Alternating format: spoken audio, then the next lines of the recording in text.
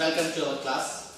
तो आज हम पढ़ेंगे बीएसटी का मैनेजमेंट का जो प्रिंसिपल्स दिए हैं हेनरी फेयोल ने, मतलब ऐसे प्रिंसिपल जो कि हेनरी फेयोल ने दिए अपने कार्य के अनुसार, अपने मतलब वो जब काम कर रहे थे तो उनको ऐसे क्या क्या चीजें लगी कि उससे मैनेजमेंट सुधर सकता है। तो उन्होंने कुछ 14 सिद्धांत दिए जिससे हम अभी देखेंगे और उसी पे अमल करेंगे।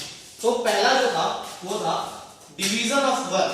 मतलब ऐसा होता है ना कि किसी इंसान पे अगर हम सारा काम एक साथ डाल दें तो उस काम को नहीं कर पाता है। या फिर कई ऑर्गेनाइजेशन में ऐसा भी होता है कि एक यूनिट में 50 लोग रहते हैं, एक यूनिट में 60 लोग रहते हैं, एक यूनिट में 80 लोग रहते हैं, पर उन 50 लोगों का जो काम है उनको 100 लोगों के बराबर दिया जाता है। तो उन्होंने कहा कि एक व्यक्ति पे, किसी एक व्यक्ति पे ज्यादा वजन देंगे, मान लो 50 इंसान का 50 पीपल्स वर्क दे रहे हैं इसको, तो इस काम को परफॉर्म नहीं कर पाएगा, इस काम को परफॉर्म नहीं कर पाएगा, जिसके कारण क्या होगा, मैनेजमेंट का जो ग्रोथ है वो नहीं हो पाएगा, ये डिक्रीज हो जाएगा मैनेजमेंट का ग्रोथ। इसलिए उन्होंने management of work principles of management में सबसे पहले दिया डिवीजन ऑफ वर्क। मतलब कामों को लोगों के हिसाब से बांट दो, जिनका वो काम है उनको बांटो, जिनको वो काम नहीं आता उनको मत दो, क्योंकि अगर उनको काम दे देते हैं तो उस काम को या तो ढंग से नहीं कर पाएंगे, या तो उस काम को टाइम पे नहीं कर पाएंगे, या तो गलत वे में कर देंगे। दूसरा उन्होंने दिया अथॉरिटी एंड रिस्पॉन्सिबिलिटी, मतलब ताकत और जिम्मेदारी। अथॉरिटी का मतलब यहाँ ये नहीं कि कोई खली या सलमान खान बनना है, यहाँ अथॉरिटी मतलब उस काम को करने का ताकत उसको दिया गया कि अब ये काम तो आप अपने हिसाब से करवा सकते हो, अब ये काम तुमको लीड करना है। जैसे एक लीडर होता है ना ऑर्गेनाइजेशन में, वैसे दिया गया।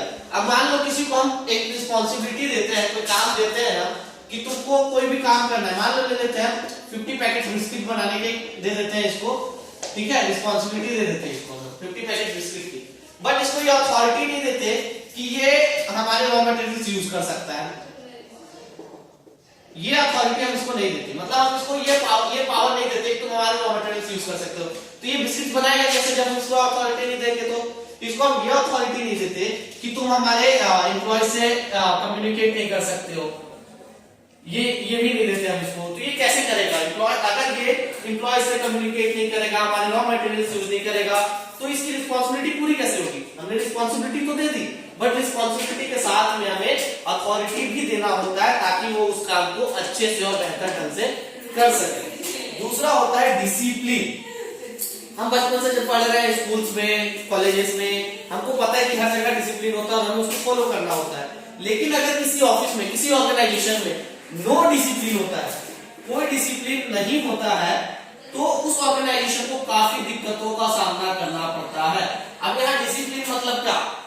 ड्रेस पहन के आना है, आई कार्ड पहन के आना है, ये सब चीजें तो नहीं है, बट उनके काम का करने का वे, उनको काम कैसे करना है, क्या नियमों को ध्यान रख के करना है, किन चीजों का उपयोग करना है, और लीडर्स को कैसे लीड करना है, एम्प्लॉयज को उनके लीडर्स के सामने कैसे बातें रखनी है, किस लैंग्वेज का यूज करना है, इसका मतलब होता है डिसिप्लिन।